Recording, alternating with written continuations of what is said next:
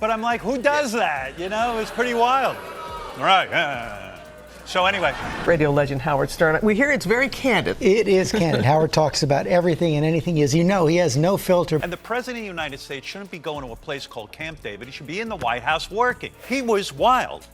I thought I was wild. In the next few minutes, you'll learn why Trump's beauty pageant antics make the creep-o-meter go off the charts, how he turned Stern's show into his personal brag fest, and why his presidential run might have been nothing more than a TV deal gone wild. Stick around, because we're about to take a trip down memory lane, and it's gonna make your hair stand up higher than Trump's comb-over.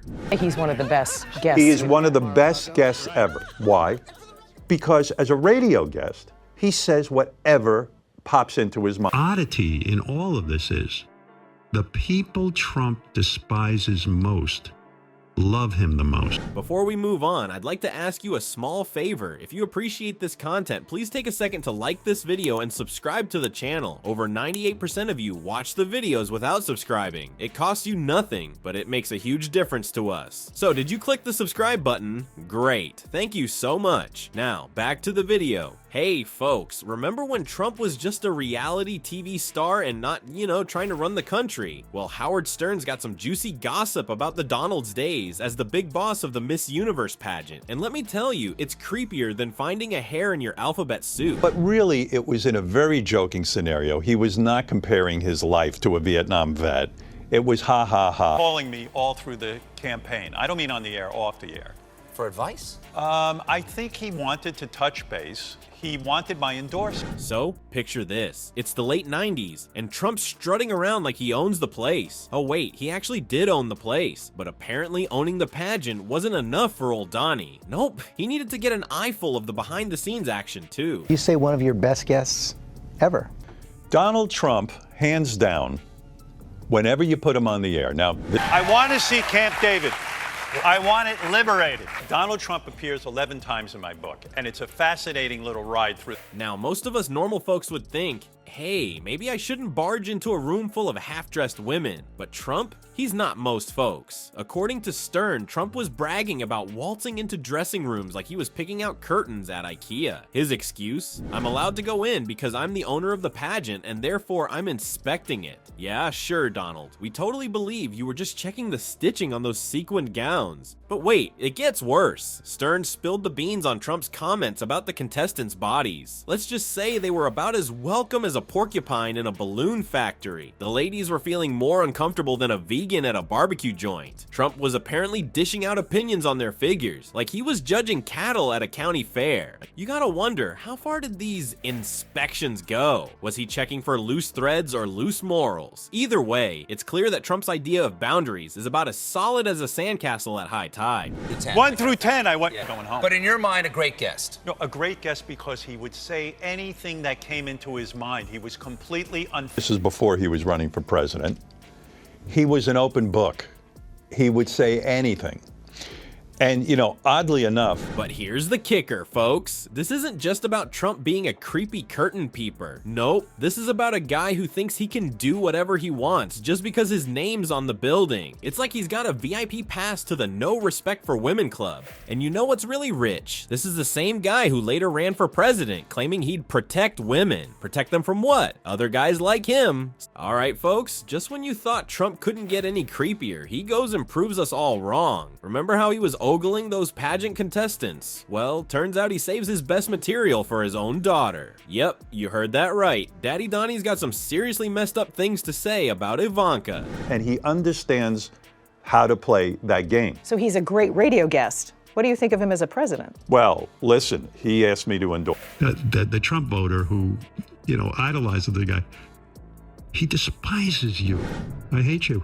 Howard Stern, the king of shock jocks, spilled the beans on Trump's weird obsession with his daughter's looks. And let me tell you, it's enough to make even Stern cringe. Trump apparently told Stern that Ivanka is the most attractive woman he's ever laid eyes on. Now, I don't know about you, but I've never heard a normal dad talk about his kid like that. But wait, it gets worse. People quote these interviews that I did with him big time. I was quite surprised when they dragged out every single Donald Trump interview us. I would have Donald Trump on, and I say it in the book. He was maybe one of the best top 5 guests of all time. And when you go there, you're treated like a king. Trump didn't stop at just calling Ivanka attractive. Oh no, he had to go and describe her as hot. I mean, come on, that's the kind of thing you say about a celebrity crush, not your own flesh and blood. It's like Trump forgot he was talking about his daughter and thought he was back at one of his creepy pageants. And if you're thinking, surely that's as bad as it gets, hold on to your MAGA hats, folks. Trump once said, and I quote, "I've said if Ivanka weren't my daughter, perhaps I'd be dating her." Let that sink in for a moment. The guy who wanted to be president basically admitted he'd date his own kid if they weren't related. I don't know about you, but I need a shower after hearing that. Now you might be wondering, what does Ivanka think about all this? I don't hate Donald. Donald's doing his thing. I hate you for voting for him. Donald and I disagree on a lot of things. And I had to say to Donald on the phone, it was uncomfortable, I can't endorse you.